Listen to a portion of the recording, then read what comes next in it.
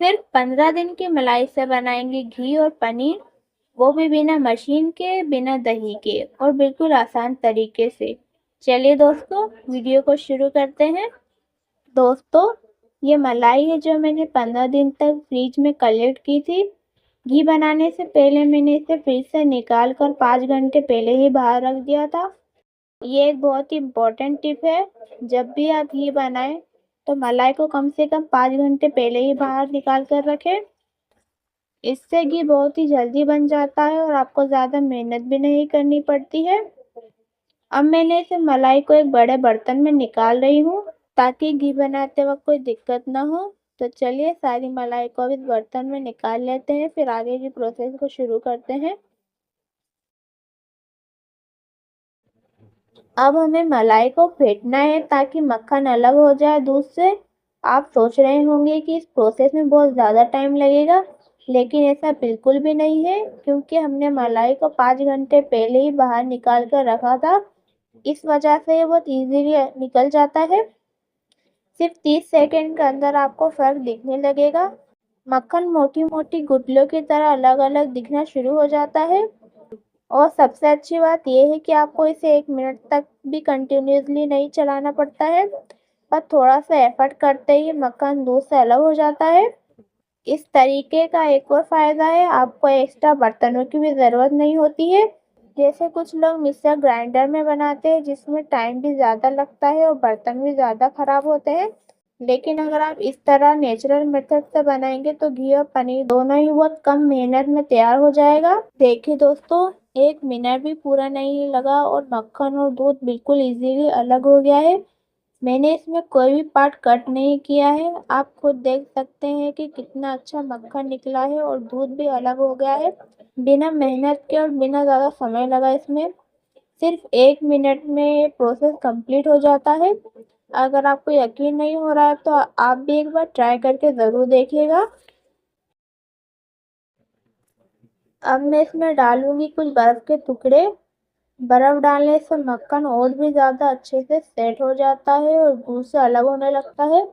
इसके बाद हम डालेंगे थोड़ा सा ठंडा पानी।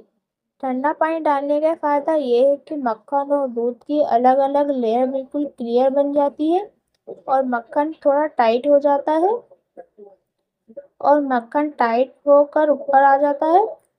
अब हम इसमें लगभग 30 सेकेंड के लिए और फेंटेंगे ताकि मक्खन और ज़्यादा मजबूत हो जाए और दूध से पूरी तरह से अलग हो जाए।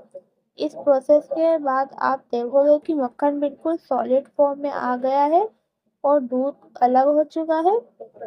देखिए दोस्तों, मक्खन अब बिल्कुल सेट हो गया है और दूध से अलग हो गया है। इस स्टेज पर आप देख सकते हैं कि प्रोसेस कितना इजीली हुआ है। अब मैं चम्मच की हेल्प से मक्खन को थोड़ा साइड में कर लेती हूँ ताकि अगला स्टेप करने में आसानी हो जाए। अब यहाँ पर ले लिए मैंने एक तपेली, और जो मलाई का जो दूध था मैं उसमें डाल देती हूँ। अब हम मक्खन को 2 बार अच्छे से धो लेंगे। धोने के बाद हमें इसे वापस उसी तपेली में डाल देंगे जिसमें मैंने मलाई से निकला हुआ दूध डाला था। 2 बार धोने का रीज़न ये है कि पहला वॉश मक्खन के ऊपर से एक्स्ट्रा दूध और क्रीम को हटा देता है, और दूसरा वॉश मक्खन को बिल्कुल क्लीन और फ्रेश बनाता है। इससे घी बनाते वक्त कोई अनवांटेड स्मेल या टेस्ट नहीं आएगा और घी बिल्कुल प्योर और टेस्टी बनेगा। अब मैं जो ऊपर मक्खन तेल रहा है मैं उसे एक चम्मच की मदद से निकाल लेती हूँ। तो चलिए, हमारा मक्खन बनके तो रेडी हो चुका है। तो चलिए अब बनाते हैं घी। अब मैंने गैस पर मक्खन रख दिया है पिघलने के लिए। अगर आप इस तरह से घी बनाएंगे तो बहुत कम समय लगेगा और ज़्यादा मेहनत भी करनी नहीं पड़ेगी। बर्तनों का लोड भी कम होगा और प्रोसेस सिंपल हो जाएगी। मुझे कमेंट में ज़रूर बताएं कि आप इस मेथड से घी ट्राई करेंगे या नहीं। मुझे आपके कमेंट का इंतज़ार रहेगा। और हाँ, अगर आपने अभी तक मेरे चैनल को सब्सक्राइब नहीं किया है तो जल्दी से सब्सक्राइब कर लीजिए। सब्सक्राइब करने से इसलिए इम्पोर्टेंट है क्योंकि मैं आपके लिए ऐसे सिंपल और इजी रेसिपी लाती रहती हूँ जो घर पर कम समय और कम मेहनत में परफेक्ट बन जाती है। अब मैं आपके लिए एक और इंटरेस्टिंग टिप दूंगी। इस तरह से बनाया हुआ घी बहुत ही अच्छा बनता है, मार्केट जैसा। इसका जो कूचा निकलता है वो भी बहुत कम निकलता है। इससे आपको बिल्कुल क्लीन और प्योर घी मिलेगा। देखिए दोस्तों, ये मेथड बहुत सिंपल है, फास्ट है और इफ़ेक्टिव है, और आप भी घर पर इजीली ट्राई कर सकते हैं।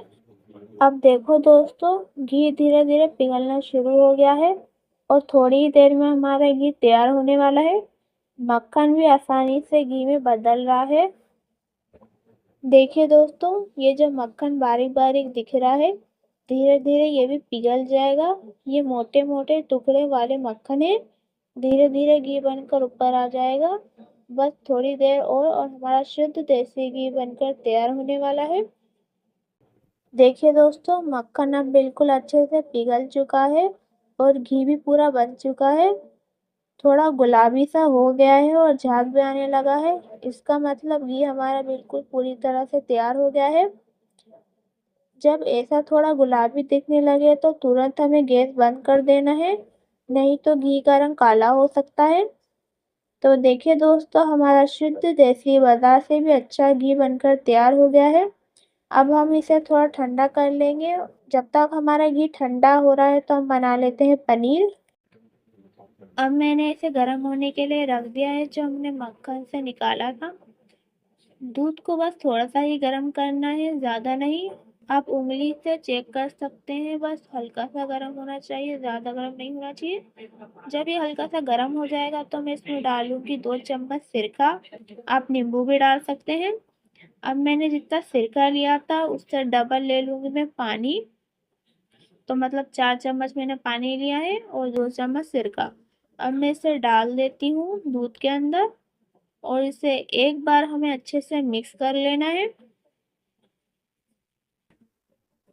तो चम्मच से इसे अच्छे से मिक्स कर लेते हैं और अब हमें इसे उबाल आने देना है, ताकि दूध अच्छे से फट जाए और पनीर बन जाए। देखिए दोस्तों, दूध अच्छे से फट चुका है और धीरे धीरे पनीर भी अलग होने लगा है। अब हम इसे 30 सेकेंड के लिए इसी में अच्छे से और फटने देंगे, ताकि दूध और पनीर अच्छे से अलग हो जाए। इस तरह से हमारा पनीर पूरी तरह से बनकर रेडी हो जाएगा। 30 सेकेंड हो गए हैं और हमारा पनीर बिल्कुल फट चुका है। तो अब पनीर को हम कर लेते हैं सेट। अब दोस्तों, मैंने यहाँ एक बड़ा बर्तन ले लिया है और उसके ऊपर वही जाली रखूंगी जिससे हम पापड़ वगैरह तलते हैं या फिर पूरी बनाते हैं। वो मैंने रख दिया है इसके ऊपर। इसके ऊपर मैंने एक साफ कपड़ा अच्छे से फैला दिया है। अब इसी में हम अपना पनीर डालेंगे। जब पनीर डाल देंगे तो इसे अच्छी तरह से हमें कम से कम 5 बार धोना है। ऐसा इसलिए क्योंकि जो हमने नींबू या सिरका डाला था उसका खट्टा स्वाद पनीर से ना रह जाए। अगर हम इसे अच्छे से नहीं धोएंगे तो पनीर का स्वाद खराब हो जाएगा। इसलिए दोस्तों, इसे धोना बहुत ज़रूरी है। और आखिरी में अच्छे से निचोड़ लेंगे, ताकि सारा पानी बाहर निकल जाए और पनीर अच्छे से सेट हो जाए। अब यहाँ पर मैंने एक प्लेट ले ली है। प्लेट की मदद से मैं इसे थोड़ा दबाऊंगी, ताकि जो पानी है पनीर का वो निकल जाए। तो थोड़ी देर हम दबा लेंगे अच्छे से। तो देखिए, पानी निकल रहा है, थोड़ा दबाते रहना है, ज़्यादा ताकत नहीं लगाना है, पनीर का शेप भी खराब हो सकता है। तो इसलिए हल्के हल्के हाथों से थोड़ा दबाएंगे। और अब पानी को फेंक देते हैं और पनीर मैंने यहाँ पर रख दिया है अच्छे से सेट करने के लिए। अब इसके ऊपर रख देते हैं प्लेट को और कुछ भारी बर्तन रख देंगे, ताकि पनीर का शेप अच्छे से आए और पनीर भी अच्छे से सेट हो जाए। तो अब इसे हम 5 घंटे के लिए रखेंगे, ताकि अच्छे से पनीर सेट हो जाए। तो देखिए, 5 घंटे हो गए हैं और हमारा पनीर भी बनकर बिल्कुल रेडी हो चुका है। देखिए कितना अच्छा बना है, कोई कह सकता है 15 दिन की मलाई से बनाया ये हमने। बहुत ही अच्छा बना है, पूरा मार्केट जैसा घर पर। तो देखिए, मैं आपको काट के बताती हूँ। ये देखिए कितना अच्छा दिख रहा है, एकदम मुलायम मुलायम, मार्केट से भी अच्छा। तो यहाँ पर मैंने एक कंटेनर ले लिया है। आपके पास कुछ भी टिफिन वगैरह हो या कोई सा भी डब्बा हो तो आप उसमें रख सकते हैं। तो मैंने यहाँ पर एक टिफिन ले लिया है। अब मैं इसमें रख दूंगी पनीर को। इसमें थोड़ा सा पानी डाल देंगे। पानी हमें इतना डालना है कि पनीर बिल्कुल अच्छे से डूब जाए। और अब हम इसे रख देंगे ढक्कन लगाकर फ्रीज में। आप इसे 3 से 4 दिन के लिए आराम से रख सकते हैं। पनीर बिल्कुल भी खराब नहीं होगा फ्रीज में। देखिए दोस्तों, हमारा घी भी बिल्कुल अच्छे से ठंडा हो गया है। मैंने यहाँ पर एक बारीक वाली चाय छन्नी ले ली है। अब हम इसे छान लेंगे अच्छे से। देखिए बस 1 चम्मच के बराबर निकला है हमारा कूचा, बहुत कम निकलता है। अगर आप इस तरह से बनाएंगे तो आपका भी कूचा बहुत कम निकलेगा। दोस्तों, अगर आप भी इस तरह से बनाएंगे तो आपका भी घी बहुत जल्दी बनकर तैयार हो जाएगा। और अब मैं आपसे एक सवाल पूछती हूँ, आपको मार्केट का घी अच्छा लगता है या फिर घर का शुद्ध देसी घी? कमेंट में ज़रूर बताइएगा। और अगर आपने अभी तक मेरे चैनल को सब्सक्राइब नहीं किया है तो जल्दी से कर लीजिए, क्योंकि मैं आपके लिए ऐसी मज़ेदार और आसान रेसिपी लाती रहती हूँ। वीडियो को लाइक करें और शेयर करके मुझे सपोर्ट ज़रूर करें।